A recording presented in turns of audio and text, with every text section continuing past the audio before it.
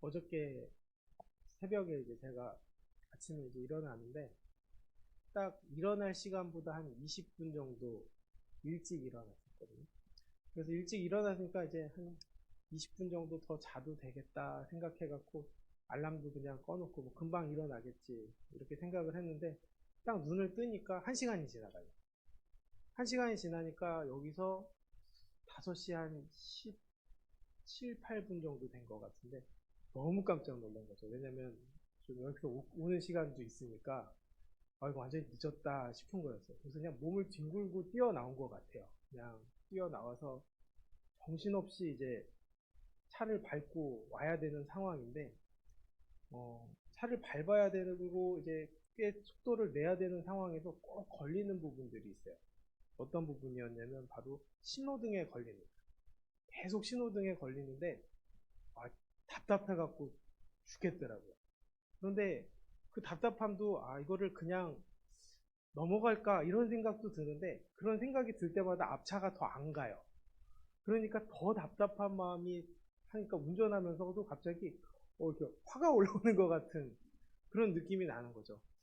이거 신호도 지켜야 되겠고 또 빨리도 가야 되겠고 여러 가지가 막 고민이 되면서 막 달려왔던 기억이 어저께 있었는데 그 가운데 너무 답답함, 빨리 좀 갔으면 하는, 그리고 좀 성격대로 움직였으면 하는 바람이 있었지만 또 그렇게 되지 않으니까 이게 죽겠더라고요. 이 오는 길 자체가 굉장히 약간 식은땀 흘리면서 왔던 기억이 어제 납니다. 아슬아슬하게 늦지 않게 예배에 늦지 않게 도착을 하기는 했지만 그래도 그 오는 길이 참 마음이 편하지는 않았습니다.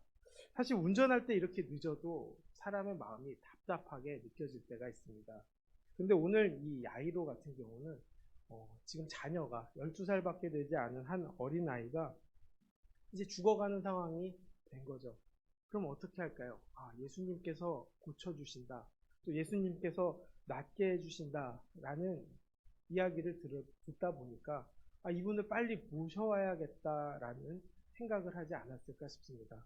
사실 이 야이로가 예수님을 찾아오는 것도 쉬운 일은 아닙니다. 사실 우리나라도 그렇지만 체면 문화라는 게 있기 때문에 이 회당장이라는 사람의 위치를 생각해 보면 쉽게 한 청년을 찾아오는 것이 쉽지 않다는 것입니다. 그 마을의 종교 지도자일 뿐만 아니라 또 그 그 지역 안에서 중요한 일을 할 때, 또 중요한 사안을 결정할 때 큰 역할을 담당하고 또 그 지역에서 존경받는 사람이 바로 회당장이죠. 그 회당장이 한 청년을 만나러 달려왔습니다. 예수님께 달려왔는데 딸이 알 수 없는 병에 걸렸기 때문에 결국 살려야 된다라는 그 마음 때문에 모든 것을 내려놓고 예수님을 찾아왔다는 것이죠. 사실 그 마음이 누구의 마음일까 생각해 보면 아마 하나님의 마음이 아닐까 생각도 해봅니다. 우리를 살리시기 위해서 자신의 체면을 다 내려놓고 또 그 모든 수치를 겪는다 할지라도 우리 살리시겠다고 예수님을 보내신 것처럼 그 급한 마음으로 보내셨듯이 아마 지금 이 야이로의 마음도 그렇지 않을까 생각합니다. 그렇게 모든 것을 내려놓고 이제 예수님을 찾아갔고 또 이제 예수님을 모시러 가는 그 도중입니다. 그런데 마치 신호등에 딱 걸린 것처럼 한 여자가 나타납니다. 한 여자가 어떤 여자였을까요? 바로 혈루증에 걸린 여인입니다. 그 여인이 예수님의 몸에 또 예수님의 옷자락에 손을 대었기 때문에 예수님께서는 그 자리에서 멈추시고 여자를 찾으셨습니다. 사실 야이로 입장에서는 어땠을까요? 그냥 빨리 좀 갔으면 좋겠는데, 빨리 예수님 빨리 도착했으면 좋겠는데, 빨리 내 딸 빨리 만져주셔서 낫게 해주셨으면 좋겠는데, 지금 한 여인 때문에 그 여인이 또 그냥 아픈 채로 있는 것도 아니고 병이 나은 상황 아닙니까? 그 병이 나았는데 굳이 왜 멈추셨을까? 예수님 왜 그러시지? 아마 이런 생각이 들었을 것입니다. 이게 뭐 중요할까? 이런 생각이 들었다는 것이죠. 그런데 문제는 뭘까요? 그냥 갔으면 좋겠는데 대화가 길어집니다. 어저께 말씀처럼 30절에서부터 34절을 보니까 예수님께서 그 능력이 자기에게 나간 줄 아시고 스스로 무리 가운데 돌이켜 말씀하시되 누가 내 옷에 손을 대었냐 하시니 제자들이 여짜오되 무리가 애워싸 미는 것을 보시며 누가 내게 손을 대었느냐 물으시나이까 하되 예수께서 이 일을 행한 여자를 보려고 둘러보시니 여자가 자기에게 이루어진 일을 알고 두려워하며 떨며 와서 그 앞에 엎드려 모든 사실을 여쭈니 예수께서 이르시되 딸아 내 믿음이 너를 구원하였으니 평안히 가라 내 병에서 놓여 건강할지어다 라고 이야기를 하는 거죠. 이 시간이 아마 너무 길게 느껴지지 않았을까 생각합니다.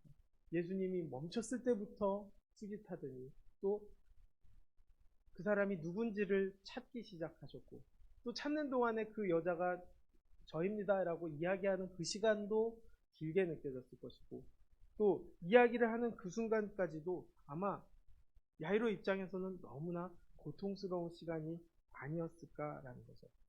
그런데 문제는 뭘까요? 그 사이에 아이가 죽었다는 소식을 들었다는 것입니다. 아주 청천벽력 같은 소리일 것입니다.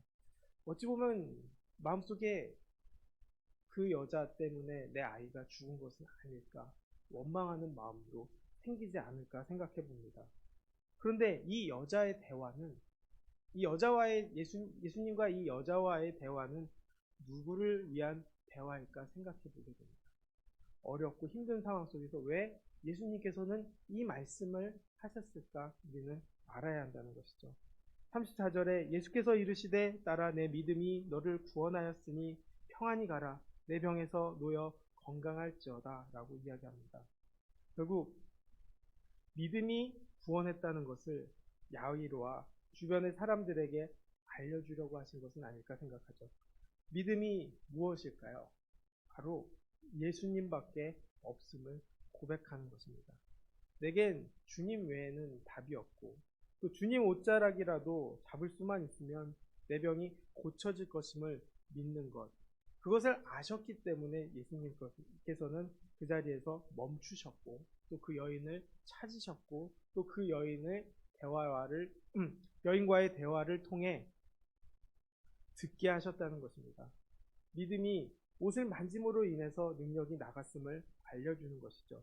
그 믿음을 통해서 주님을 의지하고 또 주님의 능력과 만났을 때 그 응답이 이루어진다는 것입니다.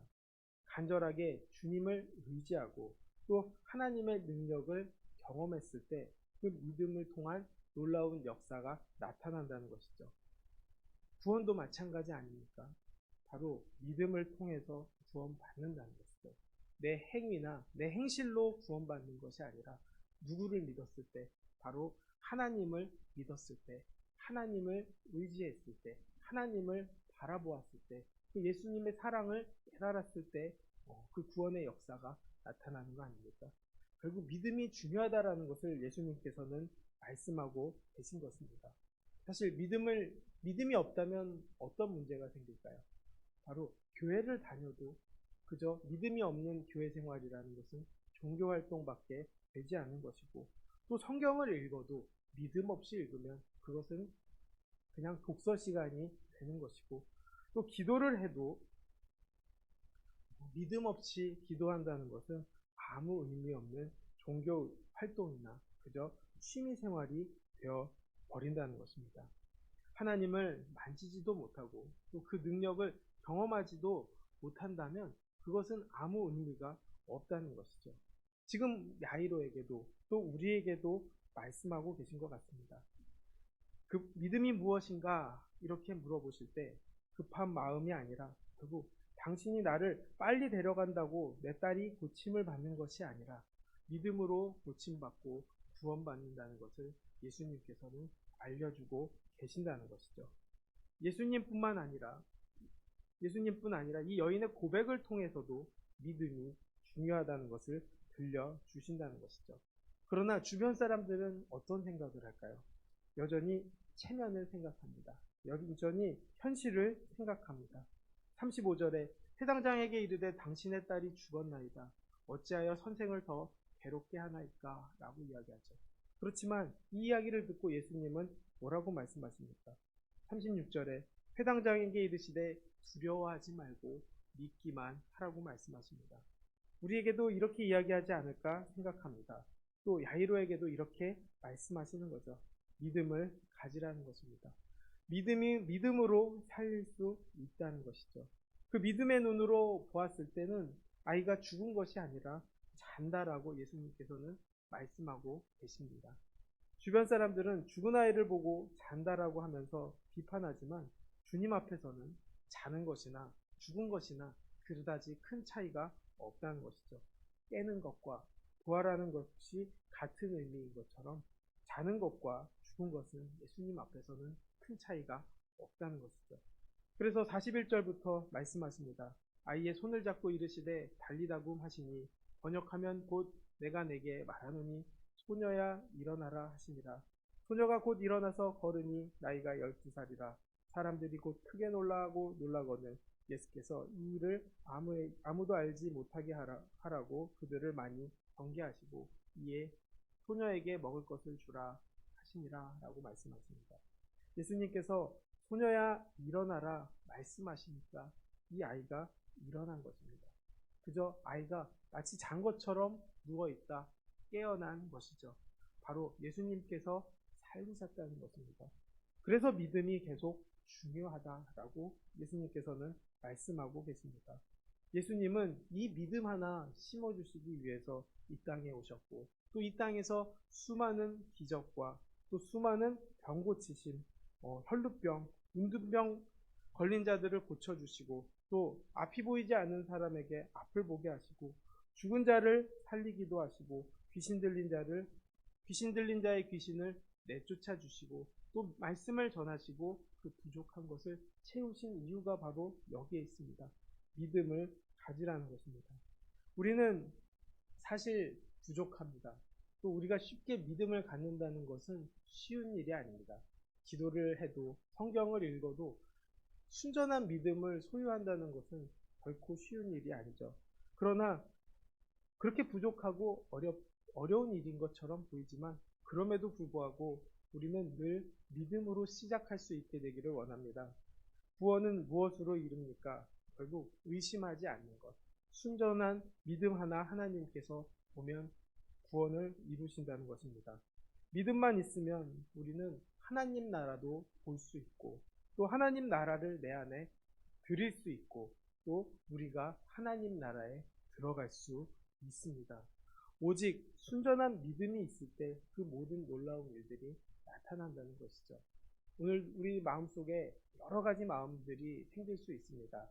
아까 어저께도 마음이 제가 답답했던 것처럼 또 오늘 오는 길도 눈길이다 보니까 이게 쉽게 오지를 못하겠더라고요. 그럴 때도 조금의 답답함이 있을 수 있습니다.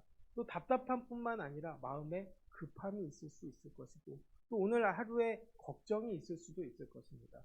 여러 가지 생각들이 우리에게 가득하겠지만 그럼에도 불구하고 믿음으로 시작할 수 있게 되기를 바랍니다. 오직 믿음이 살리고 믿음이 인도하고 믿음을 통해 하나님의 놀라운 은혜를 경험할 수 있기 때문입니다. 오늘 하루 그 믿음을 통해서 하나님 붙잡고 주님이 주시는 기쁨과 은혜를 누릴 수 있는 우리가 되기를 주님의 이름으로 축원하겠습니다. 기도하겠습니다. 아버지, 우리에게 믿음이 필요합니다. 주님이 주신 그 믿음 가지고 살아가기를 원합니다. 말씀을 통해 믿음을 얻고 또 우리가 기도를 통해 믿음을 얻고 또 그 믿음을 통해 구원을 바라볼 수 있는 은혜를 허락해 주시옵소서. 우리 삶 속에서도 믿음을 드러낼 수 있게 도와주시고 오늘 하루 자체도 믿음으로 시작하는 자리 되게 도와주시옵소서. 믿음을 통한 주님의 은혜와 기쁨과 놀라운 기적을 누릴 수 있는 우리 모두가 될 수 있게 주님 역사하여 주시옵소서. 예수님의 이름으로 기도드렸습니다. 아멘.